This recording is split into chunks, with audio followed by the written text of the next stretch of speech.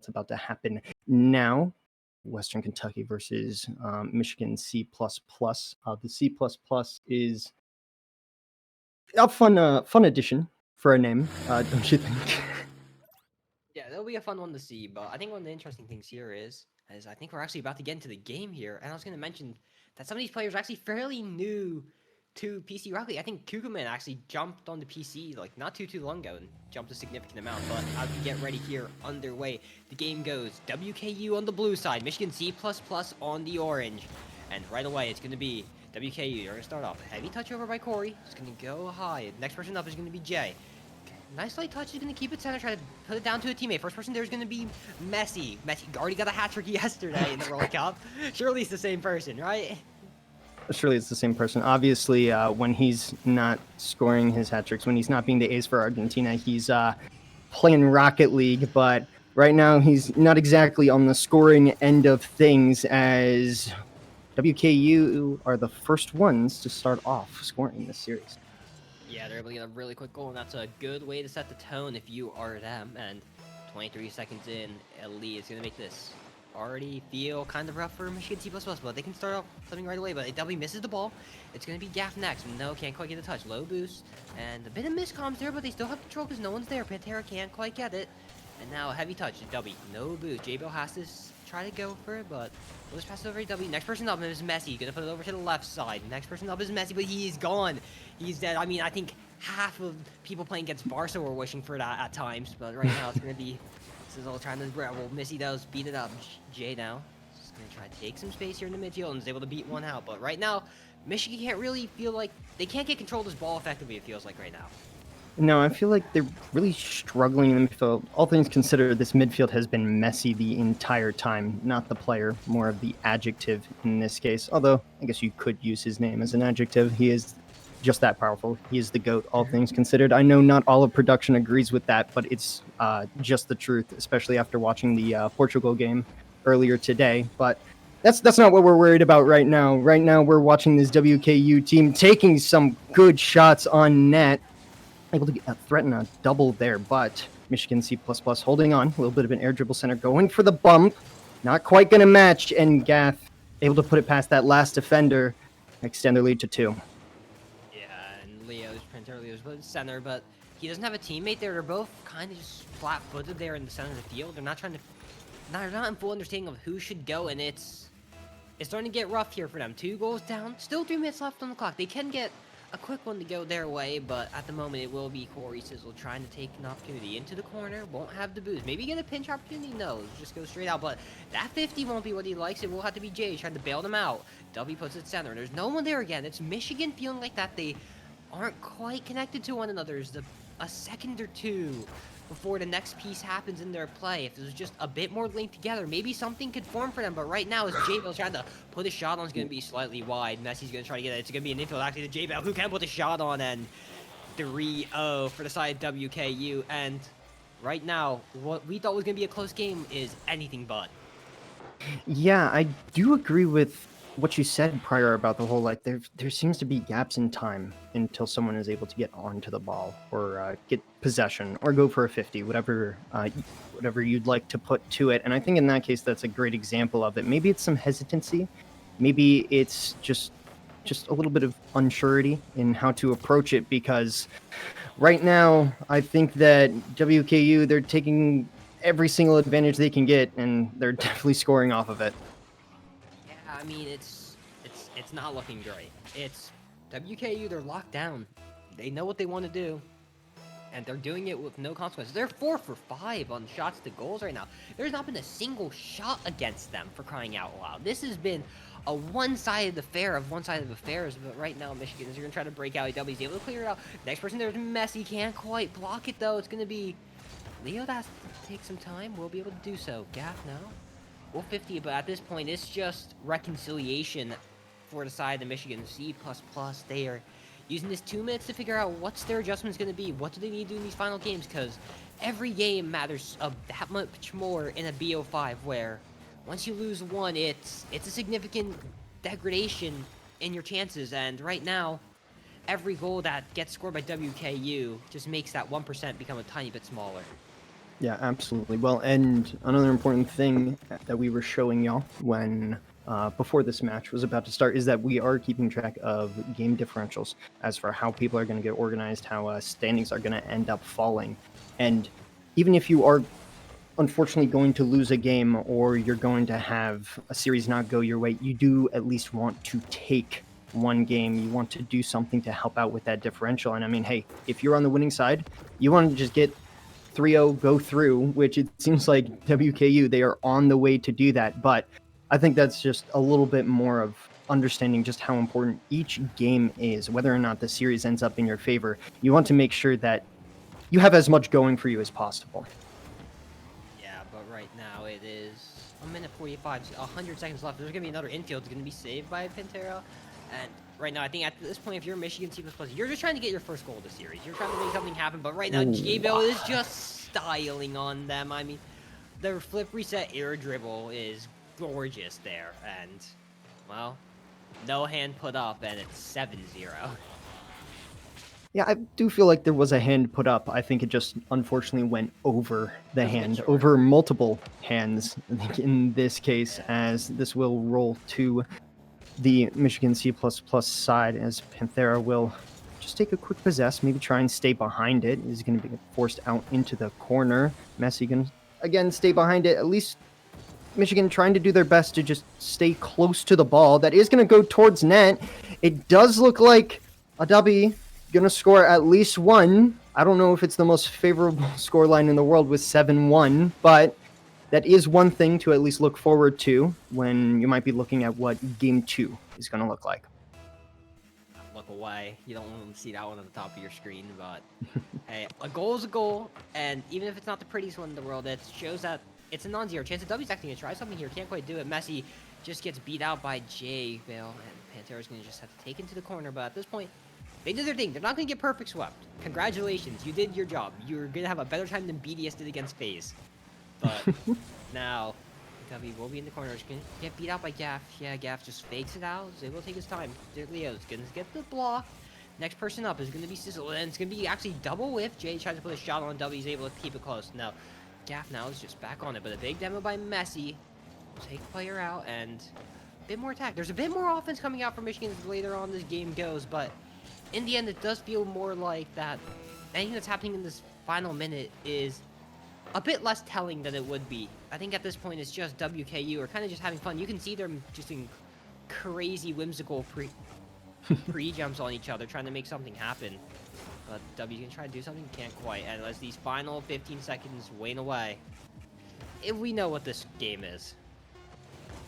We do. We definitely do. Not the best showing the world, as it looks like another one will be added with 3 seconds left. And right now, I feel like one of the more important things to sort of start noting is maybe taking a look at some of the mental that could be going on. 8-1, as long as the scoreline does stay that way, is not exactly the best thing for this Michigan C++ team, and you kind of have to look at this game with a little bit of salt and saying, do you know what? Hey, it happens.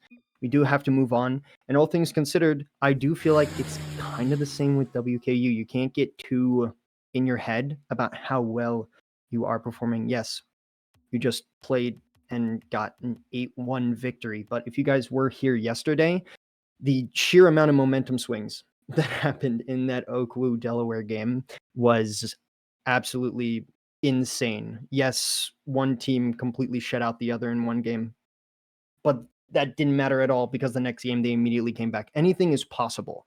And mental for both of these teams is going to be insanely important because if WKU starts slipping, they're going to be like, oh, we're now losing a lead that we just absolutely felt like we were destroying. And, Michigan C++ is coming back. So mental going to be absolutely huge coming into the rest of the series. Yeah, 100%. I agree with that. And I mean, you can only go. Surely you don't go down if you're Michigan C++ when it comes to your shot attempts. I was gonna say you can only go up. Unfortunately, that's not true. They are at one shot attempt, and it was a goal. So they did their job, but you can go down from one. That is an option. So hopefully they don't do that. But the big thing actually here is gonna be Pantera Leo is out. Cuckoo Man is in.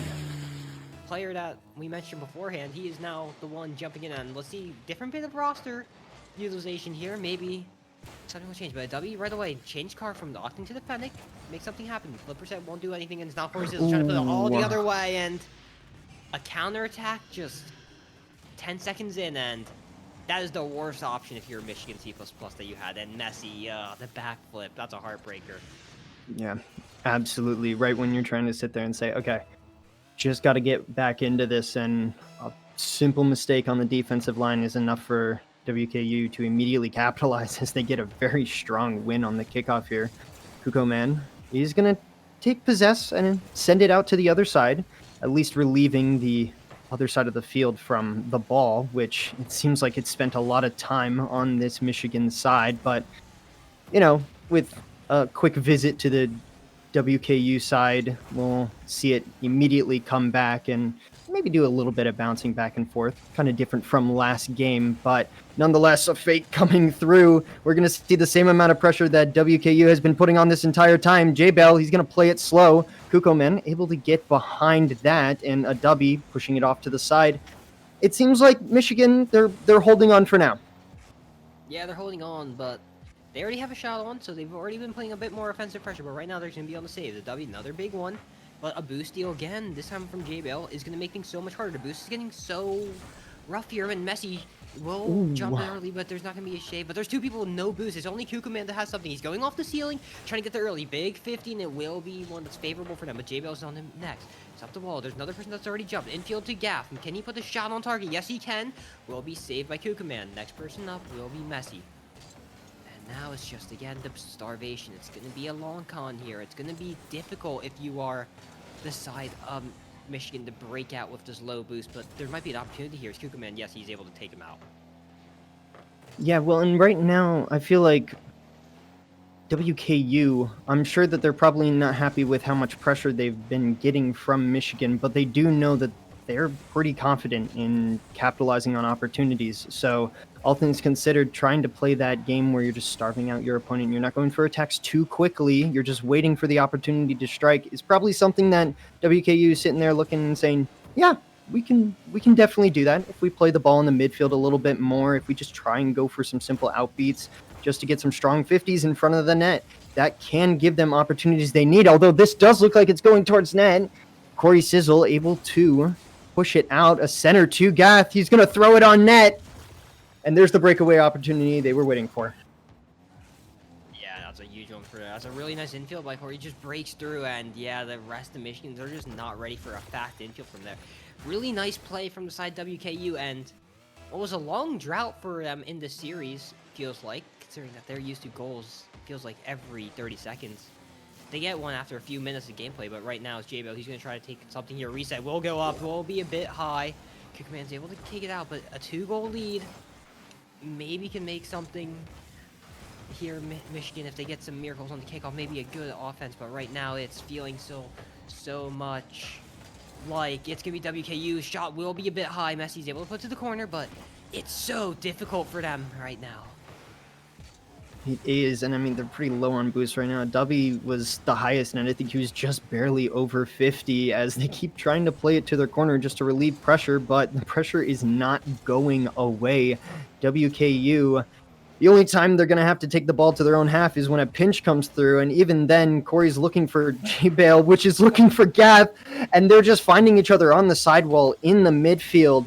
With this Michigan defense scrambling, they know they can find opportunities. They know they can see each other, even if they have to take a possess off their backboard or something. They just have that kind of confidence and that kind of field presence to get the ball to where it needs to be. Yeah, W's able to clear it out. There's a minute 30 still possible here. There's going to be a chance for Kukuman, maybe. No, J-Bell will just have off the backboard. Who's next? The W doesn't get the shot. Messi, can he do it? No, it will be too high, too wide. Shot by Kukuman will be off target, and that's a best opportunity that they've had all game. That's just been lost there. And now it's going to be a counterattack on the other side as a minute comes to the clock. It's going to be Gap putting it high. Next touch, it will be Messi into the corner, but again, there's another boost deal. It's again more starvation, more desperation on the side of Michigan. And again, this offense is so dangerous. It's so threatening. The boost is starving, and they finally break away, but they have nothing in the tanks. You don't have anything, especially right now. Very low on boost, trying to get back onto defense. Kukoman able to push it out to the side, trying to get a touch to settle it. Not quite what he was looking for. And within these last 30 seconds and with 50s that just seem to always go WKU's way, this Michigan team doesn't look like they're going to be able to find any kind of answer for what WKU is giving to them. We're going to see maybe another shot opportunity here. The dive does come through, and it does slow down the attack for a little bit, but it's not going to stop for too long as some passes do come through. Adabi able to push it off to the side, but within these last few seconds, it does look like WKU, they're going to take this second game. And now Michigan C++ are on the worst possible section that they could be. They are on match point against them in a reverse sweep against a really strong team, and there was some improvement to their game. There's 3 shots now instead of the 1, but you didn't have a goal. And on the other side, WKU, you did neutralize them a bit, but a lot of that game, even if it doesn't show on the scoreboard, you were playing in your back corner with 0 boost so often. You were probably averaging a minute and a half per player on 0 boost, it feels like. It was not good for them. It was a harsh time for them. They were playing in a war of attrition, and in the end they lost it. Something's got to change here in game 3. Yeah, absolutely. And all things considered, I feel like one thing point out for Michigan C++ is the addition of Kukoman. I do feel like when he came in, things felt just a little bit more, I don't know if controlled is the right word, a little bit more solid. I feel like him playing off the backboard was probably one of the stronger sides from Michigan, but we'll have to see. I do think that we have a substitution coming through. Panthera will be coming in for Messi, so we'll see if any of that is going to affect how this possibly last game as Western Kentucky is on match point goes, but we will get underway with this game number 3. Yeah, JBL's already able to cut off Kukoman's opportunity here. It'll be a double commit, but will work out for side Michigan C++, but the boost is low. And Terry, though, gets the ball passed over it. And right now, Terry into the corner. Next person up. There's going to be bumps. There's no second man, though. They are getting scared. And now, JBL in the side of Michigan, trying to make something happen, but is able to get a demo in, but W will just take on a good flick from him, but won't quite be on target. But the second man should be able to get the Pantera just misses, and a huge opportunity again gone to waste. Yeah, I do feel like they are having opportunities. I don't feel like Michigan has been missing out on like developing chances to get some goals, as it looks like we might have a Rule 1 coming into play in the blue corner there. But I really don't feel like Michigan is missing out on getting opportunities. It's just whether or not they can capitalize on them, as Kukoman does put a shot on net. And I think for the first time in this series, we're going to see Michigan starting off with the scoring. Yeah, first lead of the entire series from them, and it's important. And W, I think, actually gets the bump on Jay there. I think if he doesn't get that, that's going to be a save. So huge physicality from them, make things work out, and try to make another 2v2 happen, guys. Surely that's a sustainable strategy.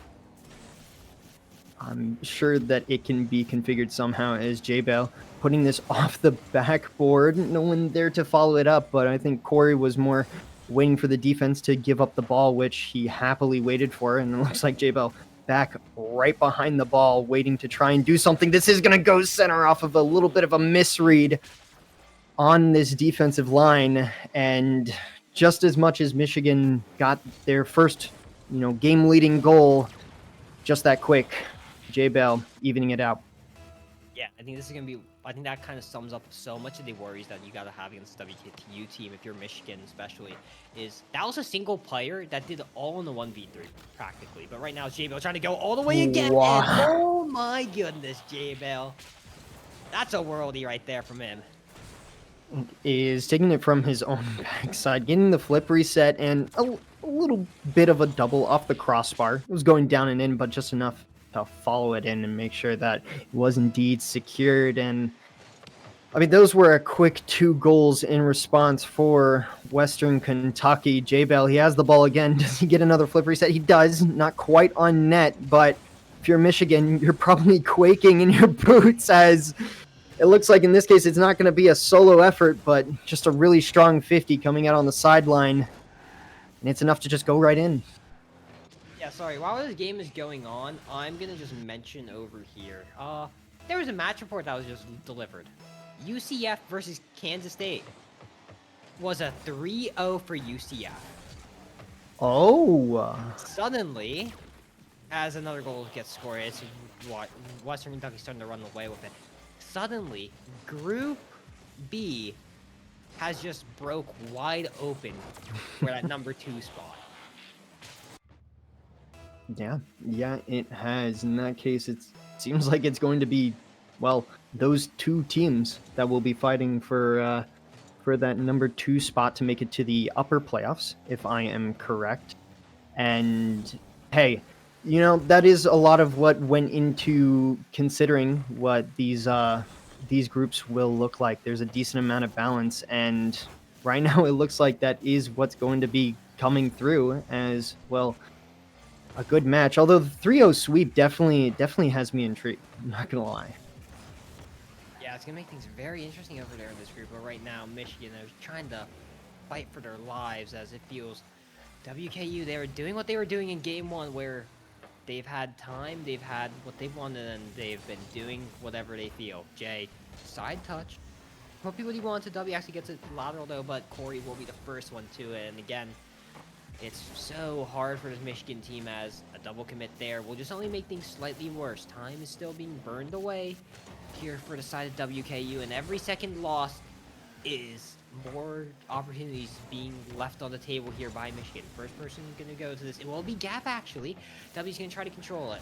We'll be able to get the flick past one, but there's no way to catch up to this. It will just be a 50 on the side, but there's a teammate that comes in and will just get driven by. Command one-on-one. Can you do something? Can't go underneath, and Gap will be the next person there. And that's a huge play by Gap to make sure that this lead stays at 3. Yeah, I mean, within these last 2 seconds, obviously you want to stop a goal at all costs, but you definitely don't want to let them score as early as possible, as it seems like WKU is going to be the one to do the scoring after Michigan, again, had an opportunity, had some looks on net, just weren't able to capitalize on it. And Corey, I want to say that was a pretty well set open net, able to slot it in and bump this up to a 5-1 lead. Yeah, and I think at this point it's feeling near hopeless for the side of Michigan. I mean, highest amount of goals that they've scored in the game is what? Maybe 2. It is 2. It is 2. 30 seconds per goal is not impossible. But these goals are not coming from you making a play.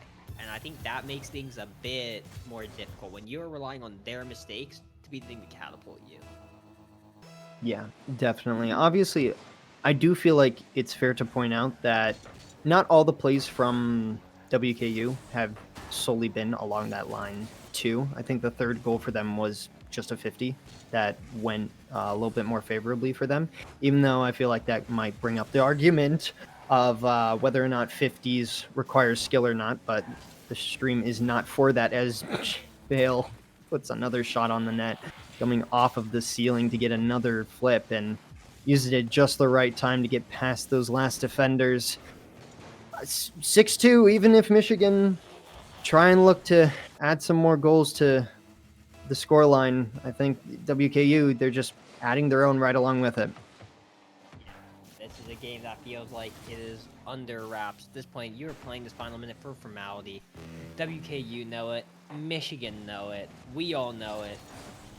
Group D, there is a response from WKU. They are back on the lookout for your CSUF in Iowa State.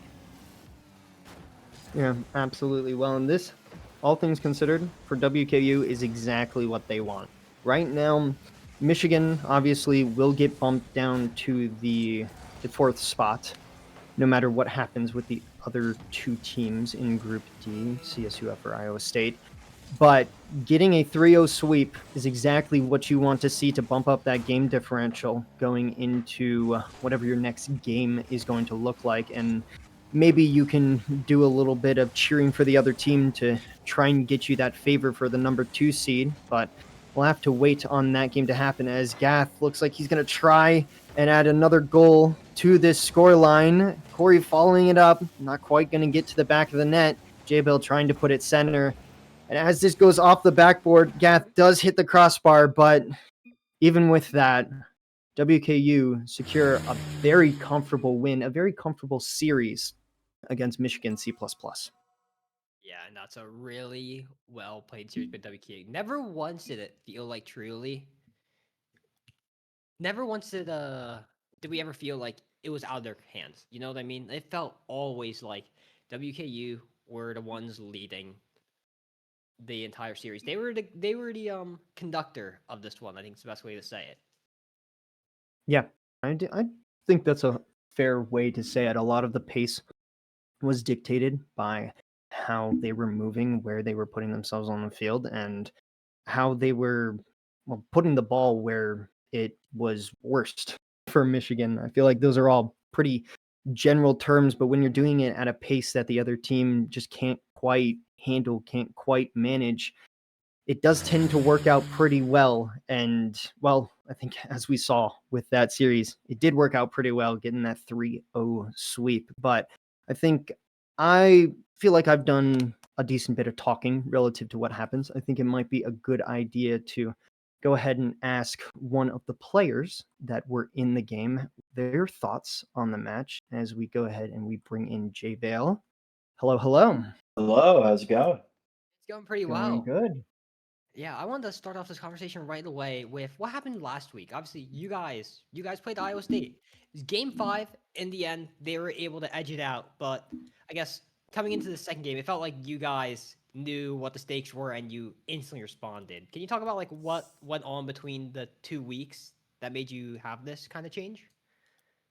Yeah, so we have been scrimming obviously quite a bit, and we kind of just realized what our big problem was, which is our third man, and just fixing that is what led to, I think, this series going quite a bit better. Because Yeah. last series it was pretty rough. Our third man couldn't rotate, so Mm. gave up a lot Yeah. of goals that really shouldn't have been goals. Yeah. No, and I feel like we saw it here. You guys barely gave up any goals.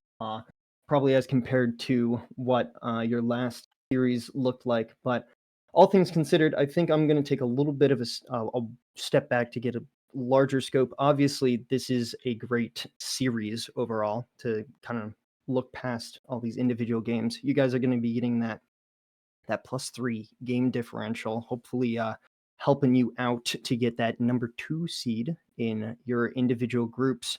What are you looking at for some of your opponents in this? Obviously, you have played Iowa State, and you're going to be playing up against CSUF in the coming week. So, what are your thoughts on how some of this is playing out? Are you looking forward to the CSUF match? Any sort of concerns you might have? Just working on locking down what you were talking about. Oh yeah, I mean, I'm always excited. It doesn't matter who we play, you know.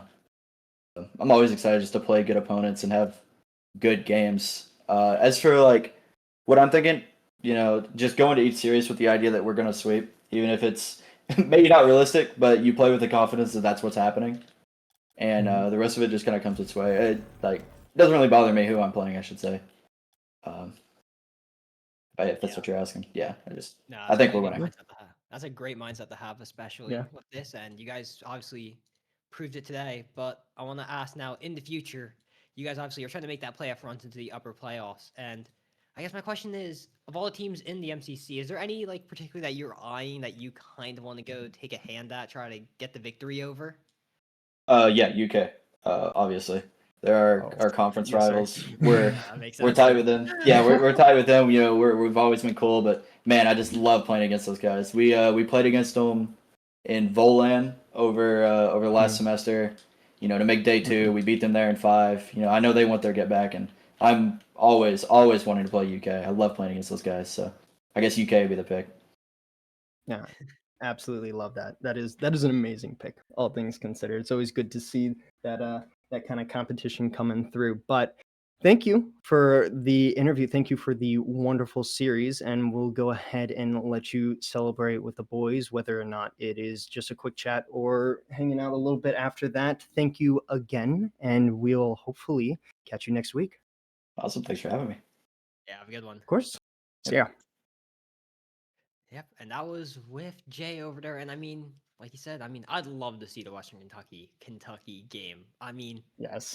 the state rivalry and keeping it up. I mean, that'd be so. And right now, with that victory, if it's able to take the jump on, if they're able to beat out CSUF in week 3, it's a very real possibility that they can play Kentucky with how Kentucky's been looking.